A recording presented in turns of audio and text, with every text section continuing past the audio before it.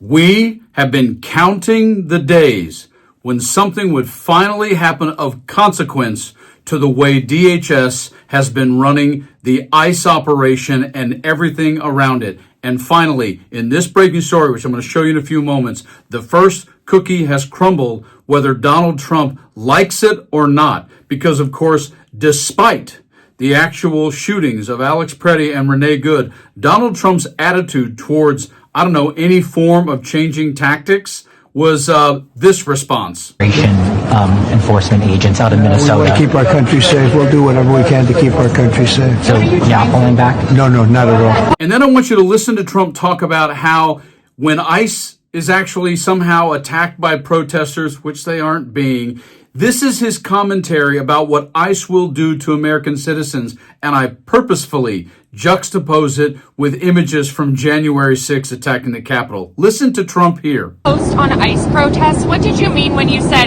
people will suffer an equal or greater consequence? If they do anything bad to our people, they will have to suffer. I'm sorry.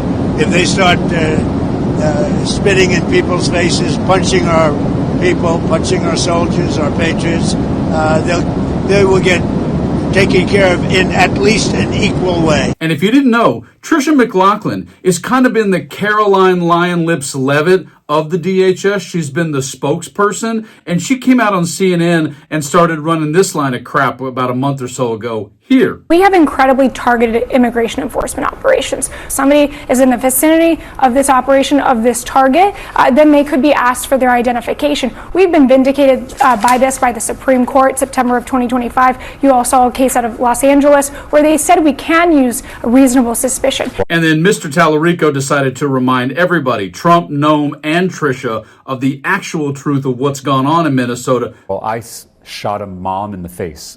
ICE kidnapped a 5-year-old boy, Liam Ramos. ICE executed Alex Preddy. So this agency is out of control.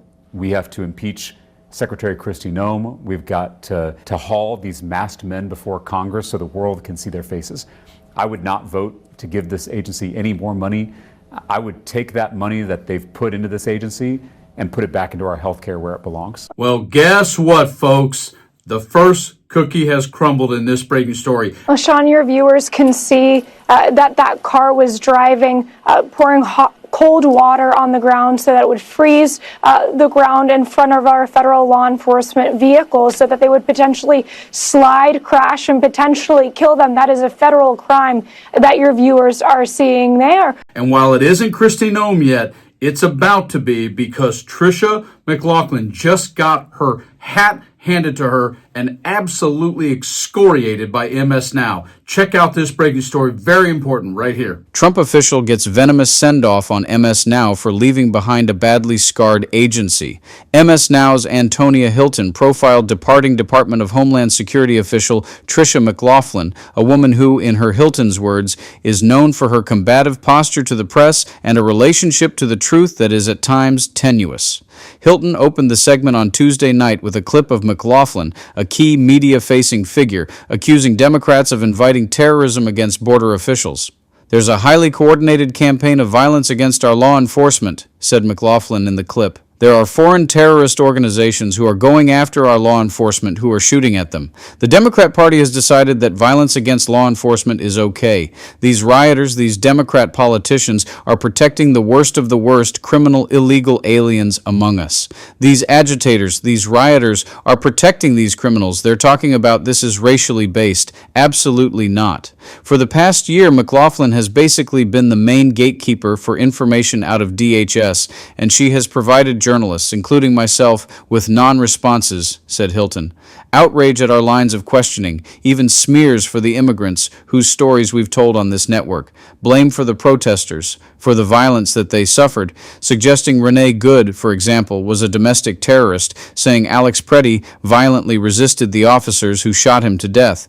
And when DHS social media accounts began to push out a steady stream of content that experts warned were full of racist dog whistles and white nationalist unbalanced content, McLaughlin dismissed criticisms as cherry-picking. Furthermore, Hilton continued, like her boss Kristi Noem, McLaughlin has faced questions about possible corruption. Last year, ProPublica investigated a $220 million DHS contract to produce a series of video ads starring Kristi Noem, and the main beneficiary of that contract was a company whose CEO is married to, you guessed it, Tricia McLaughlin. She told ProPublica, quote, "My marriage is one thing and work is another. I don't combine them." McLaughlin explained how she views that work in an interview last month with her hometown paper, the Cincinnati Enquirer. She continued, quote, "Media is so much of the battle, so to speak, on the immigration issue. So much of the debate is a public relations debate. It's a PR war." McLaughlin often fought dirty in that war, and now it appears she's throwing in the towel, leaving behind a badly scarred department after setting its credibility, and at times her own, on fire. Make no mistake, DHS is still, according to experts and judges, regularly violating people's rights, taking orders from Donald Trump and Stephen Miller, of course, said Hilton, and they have the massive war chest that they got in Trump's big budget bill. And even this shutdown can't keep their agents off the streets right now, but their momentum is slowing. Their agency is in limbo, and their spokesperson is now out the door. Okay, so they making her a scapegoat? Absolutely. Is it Kristi Noem? No. Is it anything real on the Epstein files? No. But once the crack finally happens and water starts to leak through and you actually start dismissing people off of your team, that's just the beginning, because we know how Trump is when anything isn't going right. He just throws the baby out with the bathwater. So while Tricia McLaughlin is the first to go, don't be surprised in the next week or so, as Trump's trying to pretend like he's going to push Congress over to end mail-in voting. Watch what happens at DHS, because first you got Gestapo Greg Bovino out. Now Tricia McLaughlin is gone. Who might be next? Ice Barbie? You guys like and share the video. Stay frosty.